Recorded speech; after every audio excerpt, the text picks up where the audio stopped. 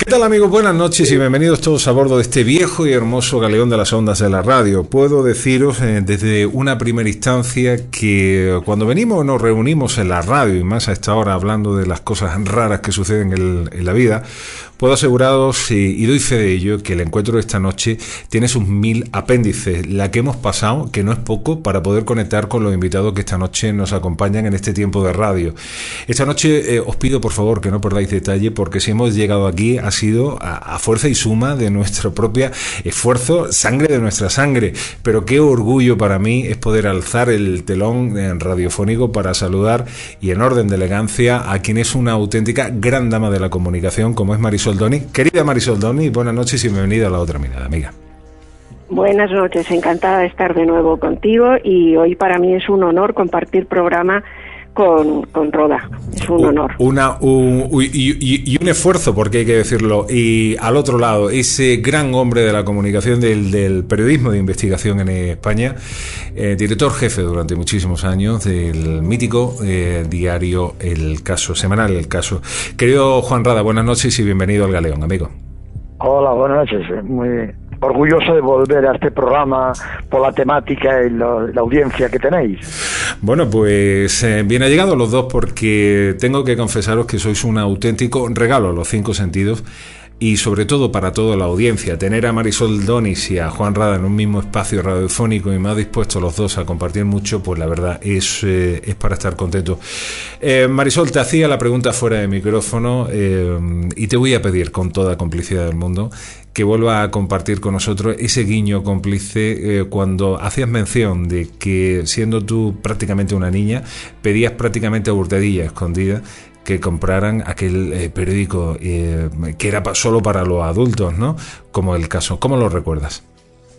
Lo recuerdo porque yo creo que eso influyó mucho luego en esta manía mía de interesarme por los temas de criminología. Yo cuando era pequeña vivía en la Plaza de Olavide, muy cerca de la calle Jordán, que es donde estaba la redacción de El Caso. Entonces, entre ellos y mi casa había un kiosco de periódicos que en lugar de poner una revista de cada, pues lo rodeaba todo del número correspondiente del semanario El Caso. Todos ahí sujetados con una pinza de la ropa, de madera, y entonces eso para mí tenía mucha más atracción que cualquier TV o cualquier revista. A mí me daban una asignación los domingos para que yo me comprara lo que quisiera y me insistían. Un cuento, un tebeo de hadas, un tebeo de Pulgarcito, pues no, yo quería El Caso. Bueno, El Caso que me llamaba la atención es que las portadas eran muy llamativas, salía todo el mundo feísimo en la portada y eso le daba todavía más, parecía todo más siniestro. El papel era muy malo, hay que reconocer que el papel era muy malo y las fotos quedaban fatal, entonces yo les veía con esa cara de malos y a mí me llamaba muchísimo la atención. Y yo quería que alguien me comprara el Caso y no lo logré ya 20añeras, logré ya hacerme yo con algún numerito del Caso. Y fíjate si habría pasión por este semanario, que yo recuerdo que cada vez que salía un crimen publicado que hubiera ocurrido en Madrid, la gente, vecinos míos, se iban a la casa del crimen para ver el portal, miraban los balcones.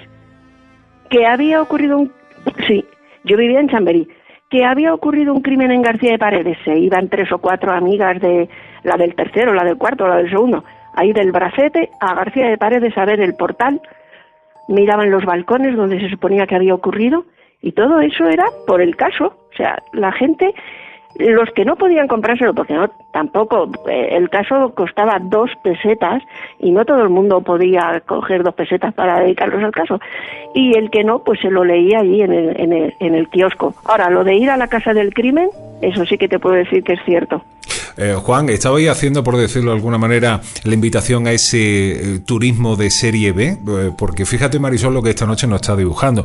Algo lo cual yo evidentemente comparto, no con esa impronta, con habérmelo topado, pero sí con aquellas portadas que tenían un algo que automáticamente te hipnotizaba. ¿Qué hacíais, Juan?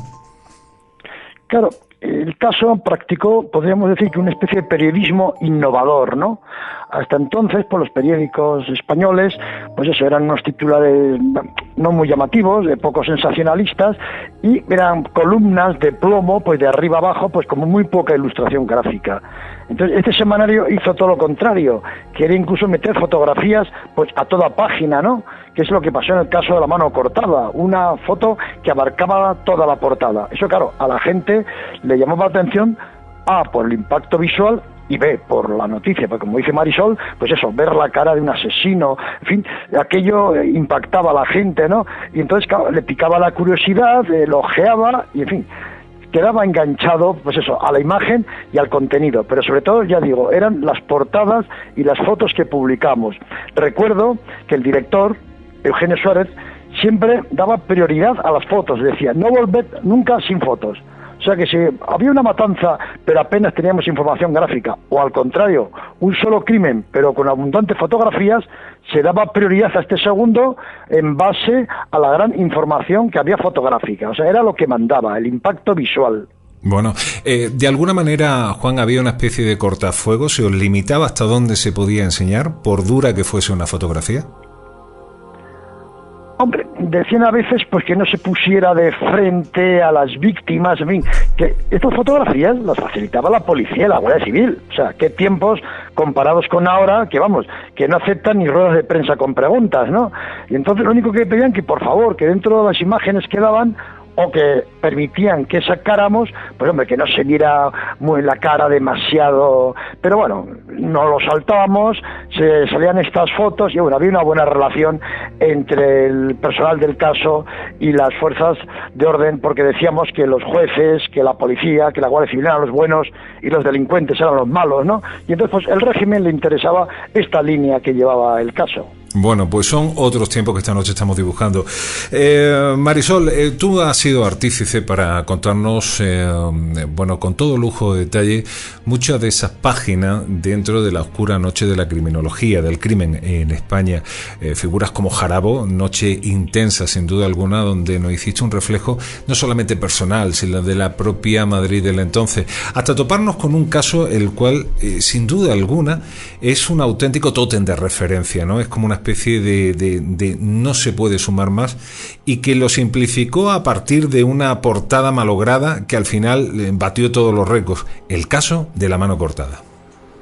Sí, yo recuerdo que la portada esa era escrita como a mano, con pluma o con... sí, debía ser pluma, el caso de La mano cortada, sí, y era tan simple esa portada que llamaba mucho más la atención, y parece ser que fue porque no podían publicar la foto de una lechera transparente con la mano dentro. Pero es que fíjate, recuerdo también que esa foto fue de tal rechazo para todo el mundo que todo el que tenía una lechera como esa la tiró a la basura. Y se veían las aceras de Madrid, delante de los portales, lecheras similares tiradas, porque la gente ya...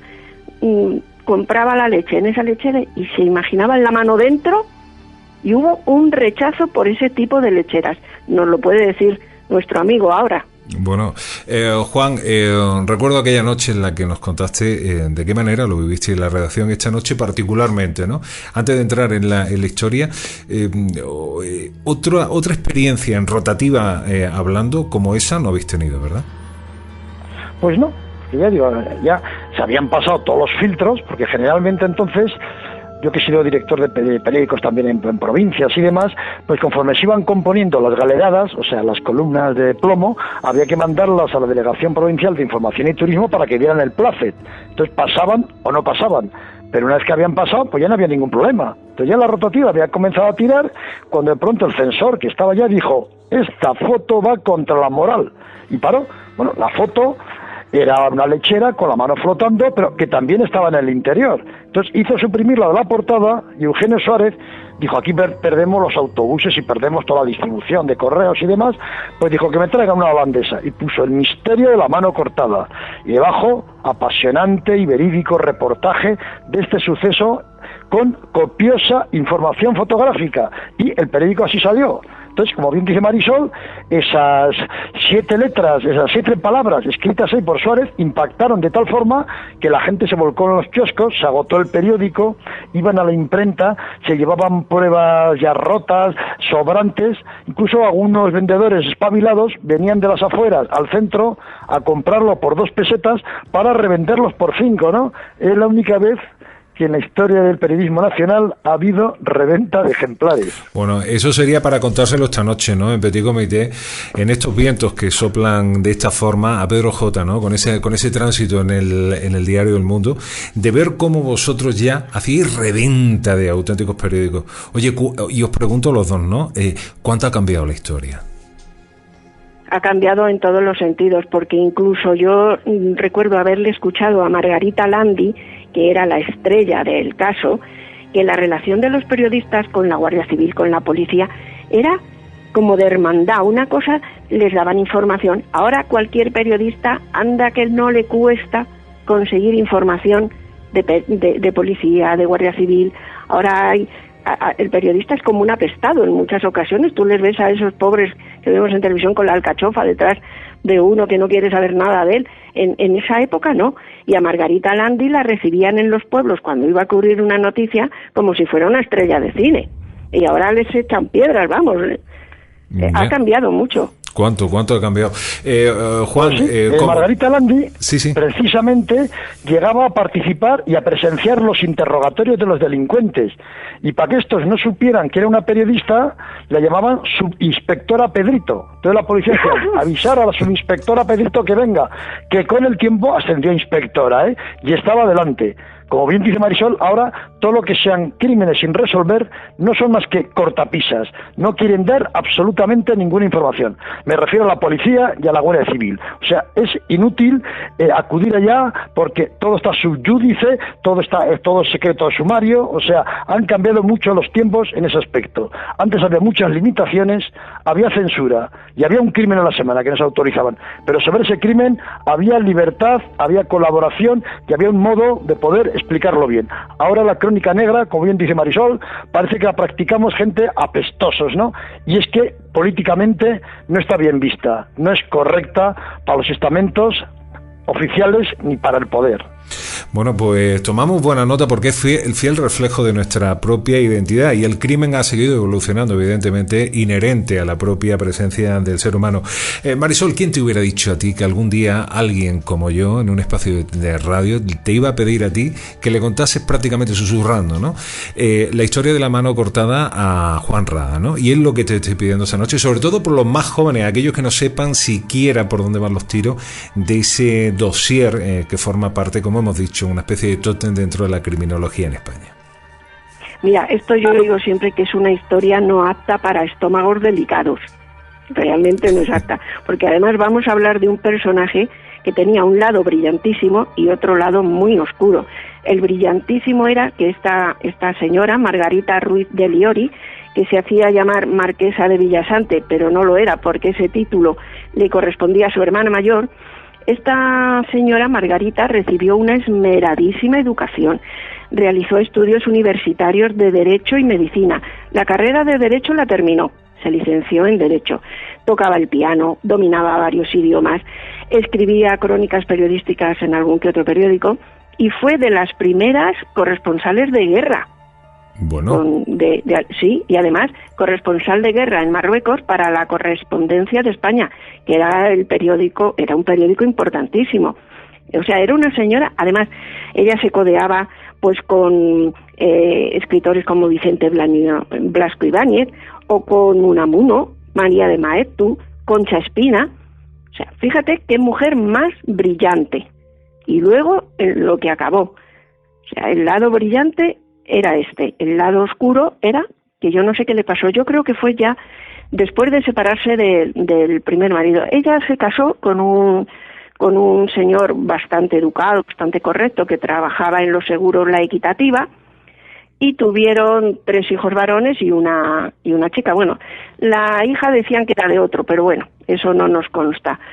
Y nada, era una familia así más o menos normal, hasta que llegaron los hijos a la adolescencia y ya no aguantaban a la madre, porque la madre, fijaros qué señora, coleccionaba, y parece que está mal puesta esta palabra, pero es que coleccionaba perros, gatos, hasta burros, y digo coleccionaba porque una vez que se morían, ella los mandaba disecar y los tenía repartidos por todas sus casas, que tenía varias. Tú entrabas en un sitio y veías un burro disecado, una tórtola, 3 gatos, 4 perros disecados, luego los cráneos los metía en formol. Bueno, la señora bastante extraña. O sea, el taxidermista no pasaba hambre con esta mujer, ¿no? Bueno, el taxidermista ya, yo qué sé, estaba millonario a cuenta de ella. Y luego eso, los cráneos los metía en formol de los animales y tal. Y claro, los hijos no podían ver eso y se quedó sola. Se quedó sola porque se separó del marido, luego enviudó, pero de momento se separó el marido, los hijos se fueron, pero vamos, es que no querían saber nada de la madre. Y no sé si se llegó a casar o era su compañero sentimental, un abogado catalán, que yo creo que a partir de empezar a vivir con él, esta señora ya perdió el norte. A partir porque él era también así un poco rarito. Y ya siendo pareja de él, ella pasaba más tiempo en una casa palacio que tenía en Albacete que aquí en el piso de Princesa de Madrid. Pasaba más tiempo. Y entonces, ya a partir de ahí, las cosas empezaron. La gente también colaboraba mucho, la gente de Albacete. Ese palacete tenía unas ventanas a ras del suelo, que era un sótano, y empezaron a decir que si había extraterrestres. Luego que no eran extraterrestres, que eran unos nazis que huyeron del juicio de Nuremberg y los tenía ella ahí alojados. Luego resultó que era un señor que había alquilado eso para... compraba plátanos verdes y los maduraba allí en el sótano. Bueno, una serie de líos alrededor de ella siempre tremendos. Y ya vamos a entrar, si quieres, en el suceso ese, pero a ver qué opina Roda de esto que he contado de los extraterrestres, de los nazis y de los humitas, que ya metieron en todo esto a los humitas. Bueno. ¿Qué opina él de todo esto? Juan, somos todo oído, cuéntanos. Tiene una biografía apasionante, ¿no? Una mujer muy prolífica, fue como una abogada muy joven, pianista, como ha dicho, pintora, concertista y demás. Incluso trabajó de espía para el dictador Primo de Rivera, porque tenían amistad de cuando este había sido capitán general de Valencia. Ese fue uno de los motivos que fuera a Melilla. Hizo amistad con el entonces comandante Francisco Franco Bahamonde. Con el tiempo llegó a ser una de las pocas personas que cuando era caudillo de España le tuteaba en público y demás. O sea, era una mujer influyente. Por eso cuando pasó este escándalo que salió en el caso, en el semanario el director recibió presiones para que se silenciara. Pero vamos, hubo presiones fuertes para que no se hablara más, dada la importancia de esta señora, y también no ya por su relación con Franco, sino por los altos cargos y gerifaltes del régimen que acudían en especial a las fiestas que daba en su mansión de Barcelona. El tema que ya comentaba de la Casa de los Fantasmas, como denominaban al casón que tenía en Albacete, pues ahí se habló de todo, y fue una época cuando los humitas, aquella que decían que no eran extraterrestres, que habían contactado aquí con varios españoles, aquí que, sobre todo en Madrid, que se reunían en la Ballena Alegre y les hacían partícipe de sus avances científicos, tecnológicos y demás.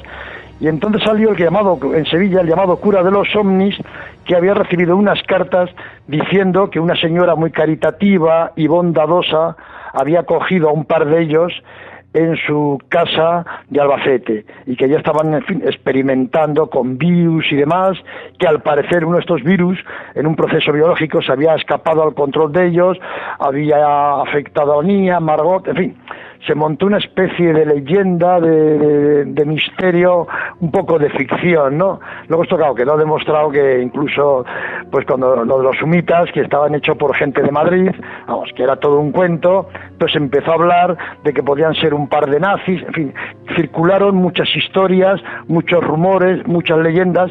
Lo cierto que existir en los bajos existía el cuarto de lo Moro, y cuando entró la policía encontraron un quirófano, material y demás, pero claro, que podía ser de la marquesa, porque ella cuando morían sus animales decía que le tenía tal cariño que le gustaban que los disecaran, le gustaba guardar la cabeza, los cuerpos enteros y demás, en fin, era, no sé, un amante de la muerte, ¿no?, de los animales, una necrófila en ese aspecto. Y claro, los hijos, cuanto le rodeaban, pues empezaron un poco a separarse de ella porque decían, ¿qué ocurre con esta mujer, no? ¿Están sus cabales o no? Incluso la quisieron incapacitar.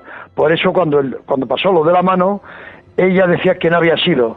Le echaba la culpa al primogénito, a su hijo mayor, a Luis Seggi, diciendo que era una maniobra conjunta de él con los hermanos para apartarlo un poco de la circulación y hacerse pues con el mucho dinero que entonces tenía la marquesa, aunque luego moriría en la más absoluta indigencia. No me cabe a mí la menor duda de que cuando yo comenzaba esta noche este programa y decía que presentaba, ¿no?, a dos auténticos picas de lanza, ¿no?, Juan Rada y Marisol Donis, para presentar y hablar, meternos en el asunto que nos metemos esta noche, el dossier de La mano cortada, no podía haber mejor presentación. Hasta este momento, si hacemos un poco de valoración hasta este momento de la historia, podemos decir, Juan, que ahora mismo, y te voy a hacer referencia, está inmerso en la escritura de este libro, La mano cortada. Podríamos decir que justo antes del crimen ya en sí mismo hay una historia, una gran historia por contar, ¿no? Sí, por supuesto. Yo siempre he comentado que, vamos, esto lo cogen los americanos y hacen un exitoso serial televisivo, ¿no? Ya aparte del misterio de La mano cortada, por la personalidad de esta mujer, ¿no? Porque, vamos, vivió en París, se codeó en la gran altura ya con intelectuales, con políticos, fue amante de gente muy importante, porque cuando estuvo en Marruecos fue amante de Abd el-Krim, que era el jefe de la revolución independentista de España, ¿no? Es más, yo conozco bastante bien esta historia de Melilla, porque yo fui director del Telegrama del Rif, y en ese periódico, ahí escribía, todas las semanas, hacía una página en árabe, Abd el-Krim, que además yo suelo contar la historia curiosa, porque los rifeños no hablan el árabe, hablan el cherja, pero es un idioma de transmisión oral. Entonces cuando lo escriben tienen que hacerlo en árabe, pero de una forma un tanto extraña, y entonces en la comandancia general no se fiaban de lo que decía este hombre y ponían un traductor para saber lo que contaba, pero claro, tampoco se fiaban del traductor, ya había un espía del traductor. Al final la versión era el espía del traductor del otro, lo que se enteraba el general Silvestre no tenía nada que ver con lo que había escrito Abd el-Krim. O sea, era lo más parecido a Radio Patio, en pocas palabras, ¿no, Juan? A Radio Patio, efectivamente. General Silvestre, que desapareció en el desastre anual, que fue amante de esta señora y del que dicen que era el supuesto padre de Margot, bueno, de la hija a la que le cortó la mano. Bueno, esto lo llamo... Por eso decía yo que con el marido tuvo 3 varones que se sepa, pero que la hija se dudaba de si era hija del mismo señor o de uno de sus múltiples amantes. Porque sucedió que el marido le abandonó por otra más joven. Entonces, claro, al parecer cuando ya se quedó embarazada, ya no estaba con Seggi, ya estaba. Y luego, claro, en cuanto al otro matrimonio con José María Bassols, que era un abogado, sí. Curiosamente, su familia tenía la biblioteca más importante de Cataluña de ciencias ocultas y demás. Entonces era un hombre muy volcado en estos temas y esto incrementó la afición de Margarita, pues eso, por el ocultismo, por la magia negra y demás. Y cuando se casaron, sucedió que él se había divorciado, pero luego, después de la guerra, no se reconoció ese divorcio que tenía Bassols, con lo cual era un bígamo. En suma, que la segunda mujer no era legal, aunque habían contraído matrimonio en su momento con todas las de la ley.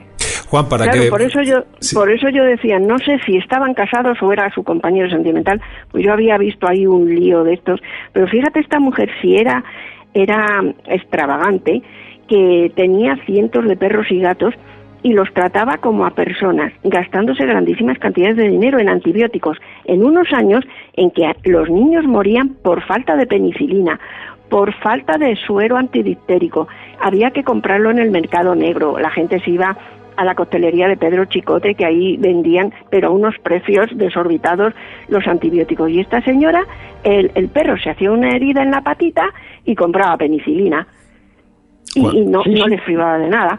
Luego se morían y ella les diseccionaba para ver cómo eran por dentro y a veces cogía las pieles, las colgaba por las paredes.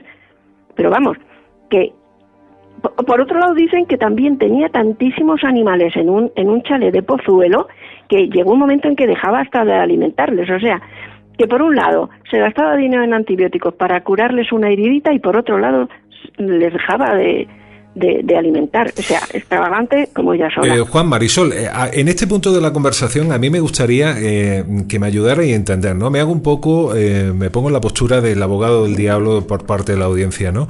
Claro y oscuro. Estamos hablando, por un lado, una mujer muy bien posicionada, una mujer culta para su momento, una mujer que llegó a hacer y establecer estrechos vínculos incluso con gente, bueno, mismo generalísimo en el entonces, y por contrapartida, una cara B. Estamos hablando de una persona con unas tendencias raras, juntándose con personas en unos ambientes poco claros, entre comillas, y sobre todo pequeñas adicciones, por ejemplo, tantos animales, bueno, no sé para qué. En ese sentido, Marisol, tú que tantas veces nos has hecho desde tu intuición femenina esa perspectiva magistral, como tú hacías crónica en La sirvienta asesina, ¿qué pudo estar sucediendo en la mente de aquella mujer para que se estuviese de alguna manera creando esa bipolaridad que terminó donde terminó? Yo antes lo he insinuado, yo creo que fue a partir de unirse con el abogado José María Bassols. Él también tenía sus rarezas. Eso por un lado. Por otro lado decían que cuando ella estuvo en Marruecos practicaba que si magia negra, cosas de estas de los bereberes que le habían enseñado. Entonces dio con la persona adecuada, que la seguía el rollo. No solo la seguía el rollo, sino que él aportaba su granito de arena. Y para ella era la pareja ideal. Y juntos se potenciaban. Prueba de ello es que lo que pasó con la hija, que ahora lo veremos, estaban los dos juntos en la habitación. O sea que fue cooperador necesario, digamos, con ella. Y yo creo que fue el dar con la persona adecuada para que ella se perdiera por completo. Creo, ¿eh? Bueno, pues tomamos una nota. Juan, esta mesa de redacción podéis intervenir cuando queráis, ¿no? Estamos abriendo ese dossier de la mano cortada. Antes de proseguir, antes de meternos directamente en la escena del crimen, Juan, me gustaría preguntarte, Marisol en muchas ocasiones nos ha hecho esa visión, ¿no? Como decía al principio, sobre ese mundo de la alta esfera, adinerado y demás. Jarabo, por ejemplo, es buen ejemplo de esa excentricidad bien unida al dinero en aquel entonces, ¿no? ¿Por qué, no? Personas con una posición tan acomodada llegan a convertir sus vidas en un auténtico infierno. ¿Tú lo has llegado a entender como profesional a lo largo de los años? Sí, puede pasar eso, que a veces, pues eso, el tener todo a mano, ¿no? Toda clase de recursos, de riqueza, mucho tiempo de ocio y demás, pues te lleve, no sé, a cometer unas extravagancias, pues que en condiciones normales no pasarían, ¿no?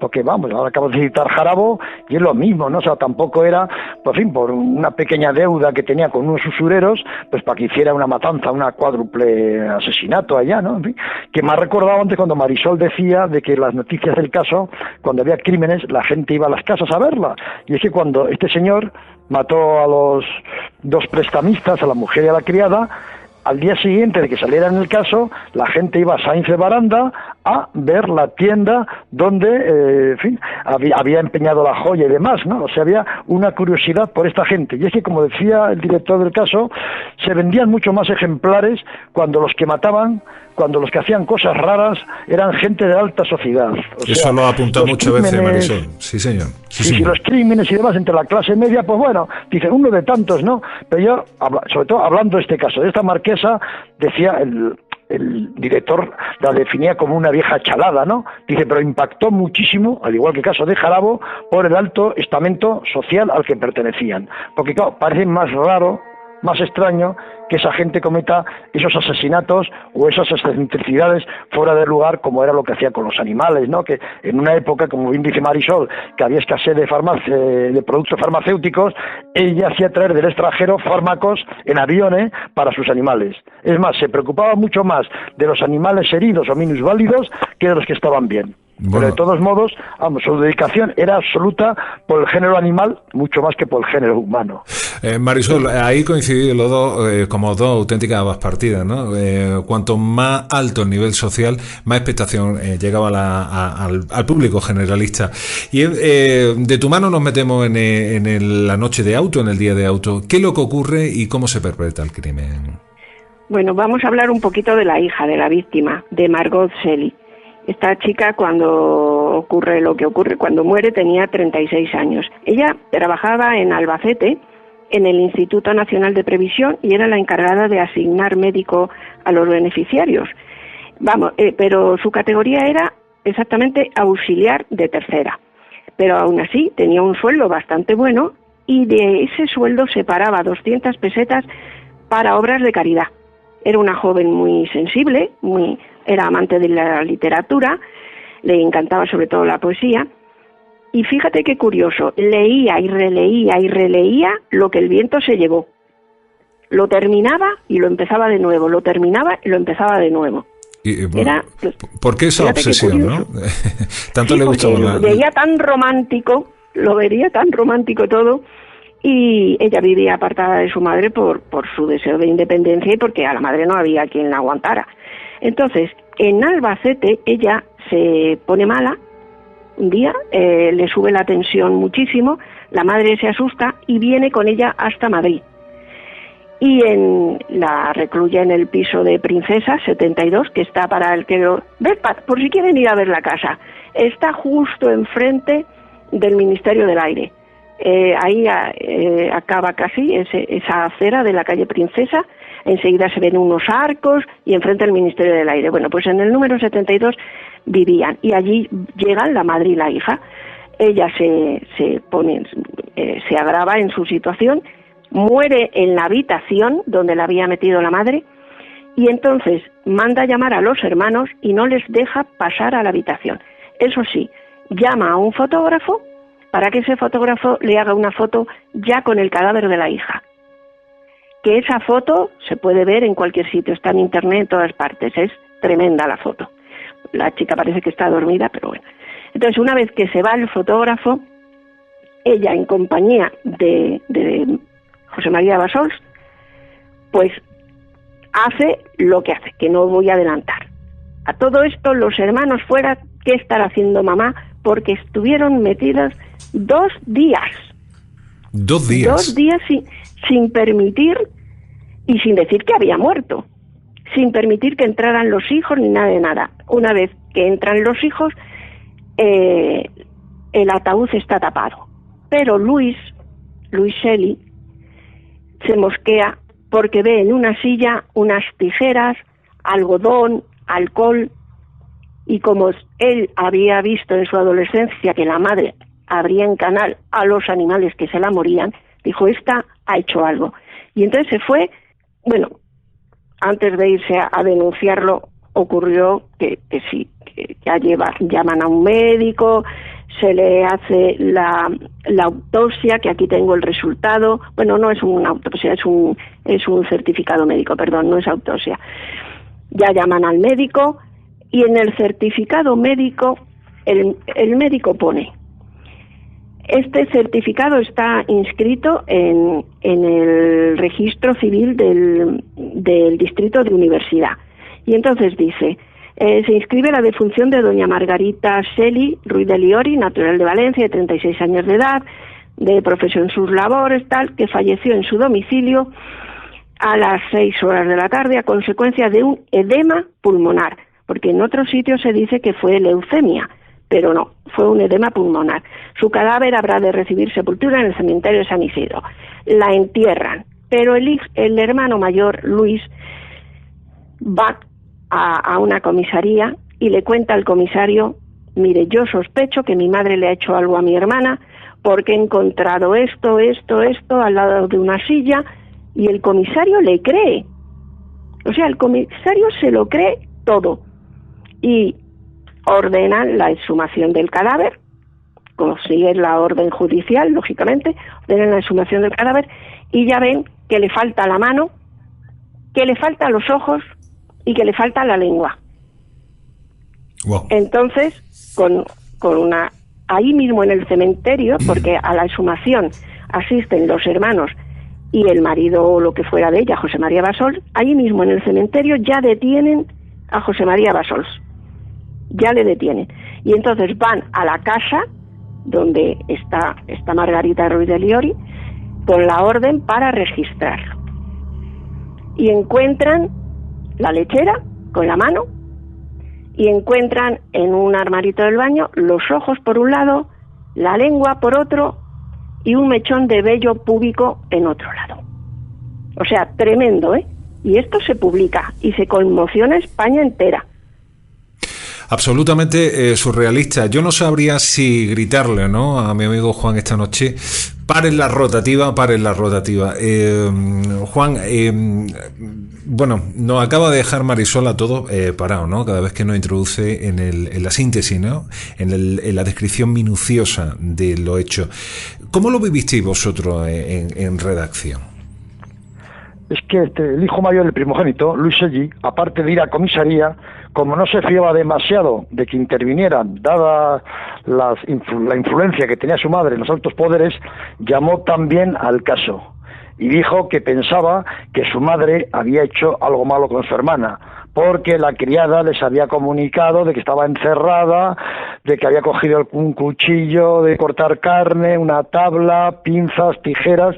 Entonces, esto hizo que inmediatamente del caso salieran disparados para allá y, en fin, como había buenas relaciones con la policía, como hemos comentado antes, mejor que ahora, pues les dejaron subir arriba y claro, se hizo una información gráfica impresionante de cuánto había dentro, ¿no? Aparte de la mano flotando en la lechera esta de plástico, pues también de dos cabezas que había en un puchero y demás. Claro, con toda esa información, pues claro, salió un número impresionante, o sea, excepto la portada que estaba escrita a mano, pues con muchísima información gráfica, que es lo que realmente impactó.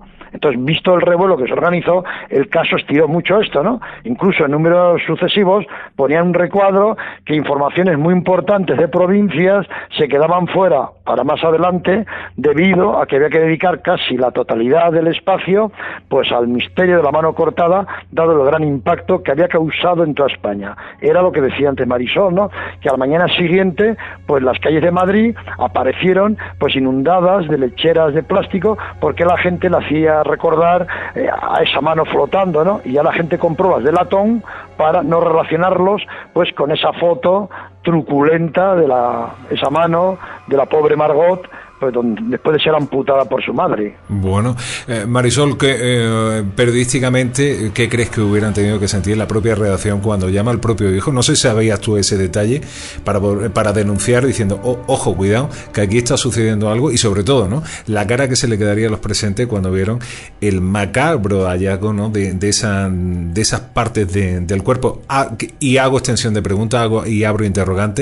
¿Por qué, no? Los ojos, la lengua y la mano, ¿no? ¿Tenía una especie de ritual o era algo arbitrario, a vuestro entender? Sí, bueno, ella luego dio una explicación, porque claro, de momento, teniendo lo que teníamos, todo el mundo decía, bueno, y a esta, claro, como fue una conmoción, todo el mundo pedía castigo. Ya sabes que te he hablado muchas veces que la gente siempre pide un castigo. A esta había que castigarla, pero claro, con la ley en la mano, decíamos. Vamos a ver, la llevaron 10 meses al psiquiátrico de la prisión de Carabanchel, porque decían, claro, la señora está loca y su pareja lo mismo. Si no la condenan a unos años en el manicomio, la tendrán que condenar a unos años en la cárcel. Era lo que la gente pedía. Bueno, están los 10 meses en el psiquiátrico de la prisión de Carabanchel, que en esa época lo dirigía el doctor Velasco Escasi, que además era psiquiatra y era el director del psiquiátrico, y luego era el famoso que te he contado en otras ocasiones que asistía a las ejecuciones en garrote para luego certificar la defunción. Bueno, era lo más de lo más, Velasco Escasi, y estaba acompañado de dos médicos. Les estuvieron haciendo todo tipo de análisis durante 10 meses, les observaban y al final dijeron lo siguiente: que no tenían anormalidades de ninguna especie, la pareja. Doña Margarita dice aquí que el informe no padece ninguna enfermedad mental. Psicológicamente presenta una tendencia muy marcada a la reliquia y conoce perfectamente el valor de sus actos. Lo firmaron Velasco Escasi, Blanco García y Benigno Velázquez. Bueno, como no padecían ninguna enfermedad, la marquesa psicológicamente presentaba una tendencia marcada a la reliquia, ya ves tú, y se la podría considerar necrofílica. Pero claro, ¿qué pasaba? No entraba en el manicomio y en la cárcel, pues tampoco en la cárcel. empezaron a decir que todo era porque era una enchufada de Franco y que se estaba librando de la cárcel por ser amiga de Franco. Solamente les estaban inculpando de un delito de profanación de cadáveres y otro contra la salud pública. ¿Eso qué pena llevaba de reclusión? Pues entre 1 y 4 años, pero decidieron que no, que solamente 6 meses. O sea, ahí sí hubo enchufe, porque si estaba estipulado que la pena era de 1 a 4 años, no sé por qué la tienen que condenar a 6 meses. En ese sentido sí, pero en lo demás de enchufe nada. Todo fue con la ley en la mano. Ella empezó a decir que no había matado a la hija, que nada, y recurren la sentencia. Recurren la sentencia porque la buena señora dijo que si Franco tenía el brazo incorrupto de Santa Teresa en la mesilla de noche, que si en una iglesia de no sé dónde estaba la lengua de San Antonio de Padua, y en no sé qué otra iglesia había una ampolla con la sangre de un mártir, ella no entendía porque no podía tener la lengua de su hija, los ojos de su hija, el vello púbico de su hija y la mano de su hija. Y entonces recurre. Surrealista absolutamente. Surrealista el resultado del recurso. Eso sí que es surrealista. Porque claro, ellos fueron procesados, juzgados, condenados por esos 2 delitos. Pero en la sentencia del recurso se alude a los principios universales del derecho y en especial a un aforismo latino que es nullum crimen, nulla pena sine lege. Es decir, que sin una ley previa que lo haya declarado punible, ningún hecho puede merecer una pena del derecho penal.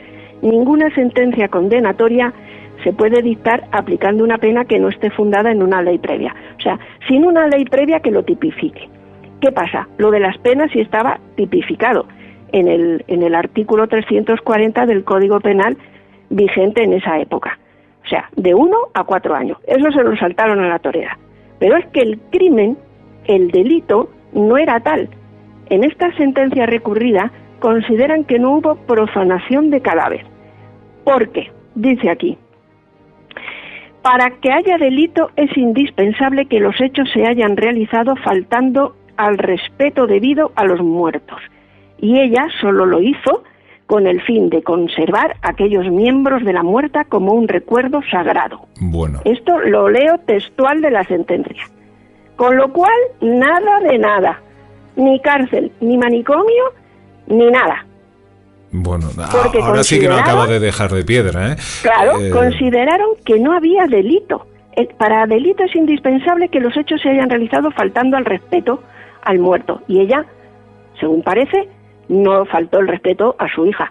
Simplemente quería un recuerdo. Bueno, como si fuese, Juan, en ese sentido quiero saber tu opinión, como si fuese un extraño escapulario, ¿no? Bueno, pues me quedo con la mano, los ojos y la lengua, ¿no? Claro, pero es que si nos ponemos a analizar esto, tenía razón, aunque esto suene muy heavy, porque está todo lleno de reliquias de santos por todas partes. Ella a su hija la consideraba una santa. ¿Por qué no iba a tener ella la mano cuando Franco tenía el brazo de Santa Teresa?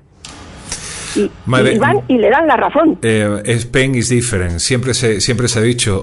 Juan, en ese sentido, Marisol está siendo muy objetiva, ¿no? Diciendo, bueno, si esto tiene este relicario, ¿por qué no voy a tener yo el mío? Es que aquí sucedía que esta mujer llevó una vida muy bohemia, viviendo en París, en Estados Unidos, en Cuba, en unos cuantos países, y a los hijos los dejó al cuidado de su madre, vamos, de la abuela materna. Entonces, cuando luego se enteró al final que la llamó una amiga de que su hija estaba grave y demás, que fueron los últimos 3 meses que la acompañó, ella tenía remordimientos de no haber estado más con su hija, en fin, quiso volcarse, como si dijéramos, en cuerpo y alma hacia ella. Y entonces por eso decía que su hija era una santa. Entonces su argumentación era que al ser una santa se podía quedar con unos fragmentos de su cuerpo como reliquia. Entonces fue el ardid jurídico principalmente que su abogado utilizó, ¿no? Que fue lo del brazo incorrupto de Santa Teresa que Franco tenía en el dormitorio, que incluso llevaban los viajes. Entonces, dada la amistad, la relación entre Franco y ella, entonces el hecho de que ambos tuvieran reliquias, uno de la santa y otro de su hija, pues hombre, la justicia quiso hacer un poco la vista gorda sobre este tema, hubo un acuerdo, no se llegó a celebrar el juicio en sí, y luego ella, incluso en alguna entrevista que le hicimos para el caso, a Enrique Rubio, le negaba, seguía negando de que ella no era culpable, de que ella no había hecho el cercenamiento, de que seguía siendo un montaje de sus hijos, y es lo que le llevó a recurrir al Supremo, que nada, lo denegó esto, ¿no? Pero ella en sus últimos días, vamos, ya públicos, vamos a decirlo así, seguía negando a cal y canto que ella hubiera cometido delito alguno, incluso que ella no había cercenado nada. Era lo que decía el caso, que vamos, en una entrevista que no se llegó a publicar, por cierto, en su momento. Luego Enrique Rubio lo publicó en un libro. Bueno, eso es lo que te quería yo preguntar, ¿no? Por partida doble, ¿hubo mucha presión al propio diario por parte, quiero yo entender, del régimen en su momento, ¿no? Por la cercanía a Franco. Y en segundo lugar, ¿qué opinaba Enrique después de hablar con esta mujer, ¿no? ¿Cuál era esa imagen en blanco y negro en la redacción diciendo, bueno, pues esto ha sido lo vivido, ¿no? Ella, cuando salió ya del psiquiátrico y tal, pues concedió una entrevista al caso y decía Eugenio Suárez, pero bueno, después de como lo hemos puesto, vamos, refiriéndose a la caña que le habían dado, pues no, recibió a Enrique Rubio, que era el delegado de Barcelona, pero estaba en Madrid, y como ella tenía casa en Barcelona y tal, decía que lo recibía porque era de Barcelona. Y le hizo una entrevista muy buena, que la tengo yo en un libro, pero que no se pudo publicar, porque hubo presiones. A la marquesa se disgustó bastante y posteriormente le concedió otra entrevista ya en la ciudad condal que sí se publicó. Pero en fin, o sea, ella seguía hasta el último momento haciendo declaraciones y queriendo quedar un poco pues por encima de todo, ¿no? Como que ella, vamos, su hija era una santa, ella lo había hecho todo de buena fe, pero sobre todo que ella, además, se basaba en que era abogada, y dice, yo lo sé bien, no he cometido absolutamente ningún delito. Bueno, pues... No, pero ella hizo 2 años de medicina. Ella hizo la carrera de Derecho completa y se licenció en Derecho, pero cursó 2 años de medicina. Entonces, ella sabía muy bien... en enfermería también. Sí, ella sabía muy bien cómo cortar perfectamente una muñeca y cómo sacar los ojos, o sea, todo lo hizo como si fuera un profesional, que lo era realmente, porque en 2 años aprendió, y más ella con lo lista que era, está clarísimo que fue ella. Ahora, también el marido la ayudó, porque estaba con ella en la habitación esos 2 días que pasaron con el cadáver. Pero para que vean... Sí, perdón, Marisol, pues sigue. No, que decía que tenemos que recapacitar y ver que la barbarie no es cosa de zonas deprimidas, que se da en todas las capas sociales. Esta barbarie que todo el mundo se piensa que son cosas, pues nada, de tipo Puerto Urraco, yo qué sé de eso, pero no, en las más... Es más, yo he encontrado más gente extravagante de la alta sociedad que de las capas más deprimidas, sinceramente. La extravagancia yo creo que también está relacionada con el no saber qué hacer con tu vida, el tenerlo todo, disfrutar de todo, ya no sabes qué hacer y dices, bueno, pues voy a hacer alguna tontería de estas. Se da más en clases altas. Hombre, yo ya no sabría deciros, ¿no? Supongo que ninguno de los tres aquí tenemos, ¿no? Muchos restos, por muy buena que haya sido nuestra tatarabuela. No me refiero a eso. Digo a extravagancias, o sea, no a esta barbarie que hemos relatado, no. Pero extravagancias así, de estas, sin llegar a esta barbarie, sí se da más en gente que tiene mucho tiempo libre y no sabe ya qué hacer. Extravagancias light. Me refiero a extravagancias light. Te entiendo perfectamente. Tiempo de epílogo en este sentido. Juan, como periodista, como hombre, como investigador, ¿qué os enseñó un caso así? Hombre, pues causó un gran impacto. Quizá esto, junto con Jarabo, han sido las 2 cosas que más, en la historia del caso, que más han impactado cara a los lectores, ¿no? Porque como decíamos antes, y como bien dice Marisol, pues aparte de la personalidad de esta gente, pues eran, en el caso de la marquesa, estas extravagancias, ¿no? Preocuparse más por los animales que por las personas. Y, claro, estaba claro que ella dominaba el tema porque, efectivamente, como bien dice, había cursado 2 años de medicina a la Sorbona, era diplomada en enfermería, y se cuenta que su proximidad a Franco, se cuentan 2 historias que pudieron ser ciertas las 2, a mí me han contado en Melilla como auténticas, vamos. Una es que en la guerra del Rif, Franco recibió un balazo en el bajo vientre, y esta mujer, que andaba muy próxima a él, por sus conocimientos de medicina, le pudo hacer un torniquete y atajar la gran hemorragia que tenía. La otra historia, que también parece que es real, es que le habían preparado una emboscada, y ella, entonces amante de Abdelkrim, le avisó de la misma. Entonces, fuera una una historia, la otra o ambas, es lo que la acercó al comandante Francisco Franco, que la nombró capitán honoraria del ejército español. O sea, fue la única mujer que durante la dictadura ostentó, vamos, la condición de militar. O sea, fue una excepción, ¿no? Pero ya digo, era una mujer extraña, extravagante, aprendió muchas cosas ahí en el tiempo que estuvo en el RIF, pues de magia negra, se relacionó con algunas sectas que había ya islamistas, todo esto encima con la complicidad del que luego sería su marido, José María Bassols, que estaba también muy volcado en estos temas y que en efecto fue su compinche colaborador necesario en el cercenamiento que se hizo pues con la pobre hija, de quitarle pues eso, la mano, vello, los ojos y demás, ¿no? O sea, algo que, ya digo, impactó muchísimo.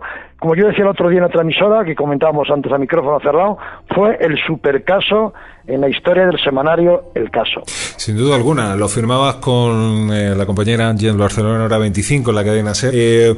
Marisol, déjame contarte una pequeña particularidad, una de esas maldades que se cuentan en la radio y siempre a deshora. Mira que tu amigo Alejandro te va a decir algo que muy posiblemente tú no sepas.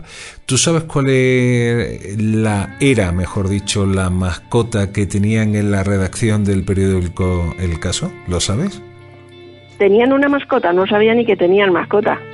Bueno, pues Juan Rada te va a contar qué mascota tenían por ahí. Eso a ver, ¿qué mascota no era? Lo sabía. Pues un cocodrilo. Marisol, tenemos un cocodrilo en toda regla. Pero bueno. ¿Y quién llevó el cocodrilo ahí? ¿Quién lo llevó? El Caso fue un regalo. Solía hacer pues unas cenas benéficas para ayudar en épocas de necesidad, de carestía de alimentos y tal, pues para ayudar a los necesitados. Entonces, a cambio de publicidad, algunas empresas regalaban pues a unos 600 lavadoras, frigoríficos y demás, y se hacía una cena, una gala benéfica, donde al final se sorteaban pues estos objetos y tal, y el dinero se destinaba a estos fines de ayuda asistencial.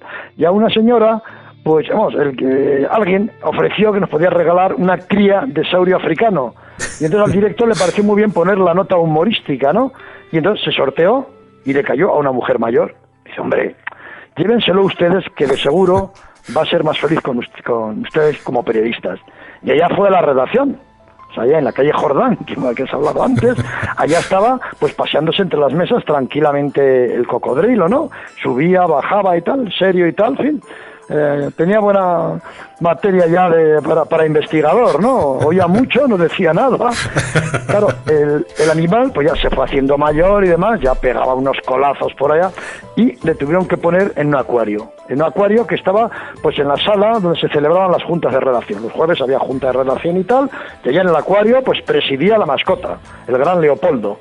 Bueno. Cada 15 días, esto lo conté la otra vez, que le hizo mucha gracia a Alejandro, solían ir del Zoo de Madrid pues a limpiarle el agua, el acuario y demás. Y entonces 2 empleados, uno le cogía de detrás de la cabeza y otro le cogía de la cola y lo dejaban en el servicio. Y solían poner, pues, ojo, no pasar, está el cocodrilo.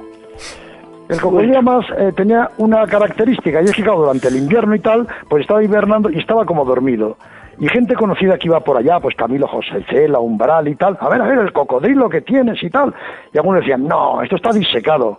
Parecía casi como los animales de Margarita Ruiz de Liori. Y entonces el director Eugenio Suárez tenía una vara, y le pegaba un poco en el morro, y ya abría las fauces.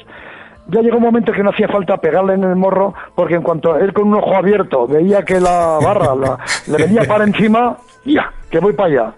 Entonces, una de las veces que estaba encerrado en el baño allá, el pobre estaba como un perrito con el morro en la puerta que quería salir, ¿eh? No le gustaba ahí estar apartado, ¿no? A él le gustaba más en su acuario y viendo al personal. Y había un fontanero que estaba haciendo ya una revisión y tal, y tuvo una emergencia, fue corriendo para el servicio, bajándose la cremallera y demás, y, ojo, no pasar, está el cocodrilo, qué cachondo, esto es el caso. Abrió la puerta a la par que se bajaba la cremallera y demás. El cocodrilo que se creía que le iban a dar en el morro, le tiró un bocado hacia sus partes, esto echó a correr, esto ya pasó en una especie de palacete que tenemos en la calle Covarrubias y era un primer piso, y salió corriendo a la calle, auxilio, socorro, un cocodrilo que me come, y la gente pensando, este tío está loco. Marisol, y ahí existía. ¿Y nadie se hizo un bolso con el cocodrilo?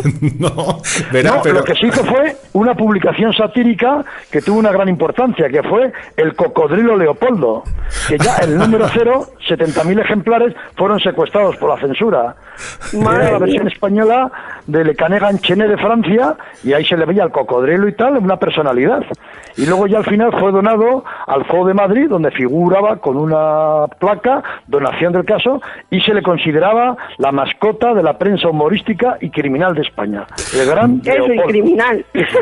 Bueno, Marisol, esta historia te la tenía yo reservada porque estaba convencido que tú no la sabías, ¿verdad? No, ni idea.